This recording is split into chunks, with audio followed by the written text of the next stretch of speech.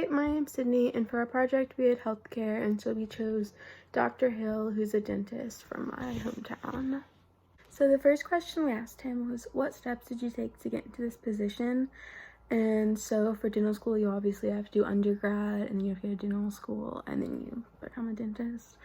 But you have to do like prereqs during undergrad, and he didn't do that, so he graduated and then had to go back for 2 years, and then he went into dental school, and then he worked like with dentists, but he wasn't like the main dentist. So he eventually rented a practice where he was like the main dentist and like the boss. And then after he rented it for a while, he decided to buy it, and so that's how he got into his like manager position, I guess. Hey everybody, my name's Dylan. My partner and I did our project on the healthcare field, and we decided to interview a dentist. And here are the questions that we asked our interviewee.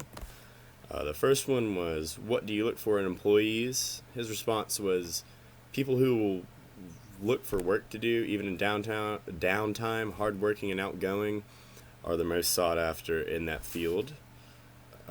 It's good to be productive in a workplace setting, so that makes sense. I could see, I'm definitely not a dentist, but being somebody that owns their own practice, you would definitely want to be on the lookout for the people that you're hiring, using their time wisely, cleaning instruments, invoice, whatever you have to do, helping out with patients.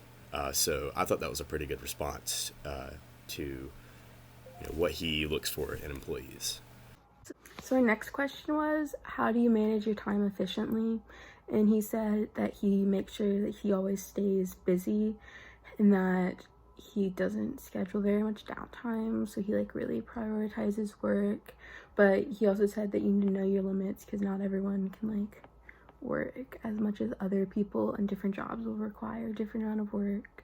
So obviously know your limits so you don't like burn out or anything. What are his goals? He responded with continuing to grow a successful business.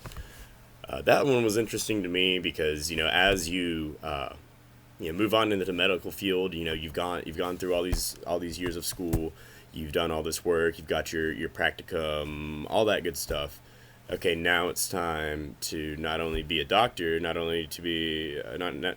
it's time to not only be a doctor and to be a dentist, but it's time to be a businessman and make sure that your business grows as efficiently as it can. The next question was, how long did it take you to work to get into this managerial position? And like I said before, since he had to go back to school in addition to having to like dental school and then not working as a manager for a long time, it took him like 25 years starting at undergrad, but he was still like a dentist for a good bit of that. He just wasn't a manager owning his own business or anything. Our next question was, what kind of disciplinary action do you take with your employees? His response was, you have to keep an open mind with everything. They might be off because of a bad day, and that might be normal for them. He said that he always wants to give them a few chances by talking to them, seeing what caused the issue in the first place, and nipping it that way. Another technique he'll use is having somebody else talk to them if the issue progresses, and making sure to document every incident in case the person maybe has to be let go or be fired.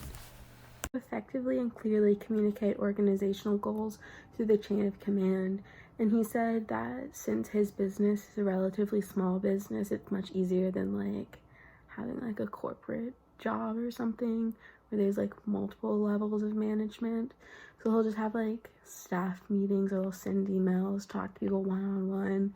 Since it's so small, it's like less than 10 people. So while it can still be like difficult sometimes, it's not as hard as like a business with hundreds of people with like different branches and stuff. And for our final question, on my part, we asked him what are some of the responsibilities as a person in a leadership position.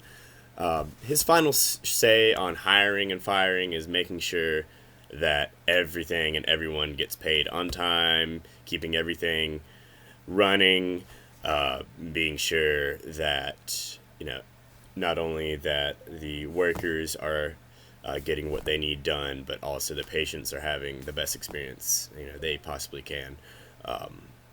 Being a manager of a practice, after I looked through something like this, sounds really, really stressful. But yeah, I'm glad there's people out there that are doing it, because I know I definitely could not keep up with that much work. But yeah, that was the last part of my interview. Thanks, guys.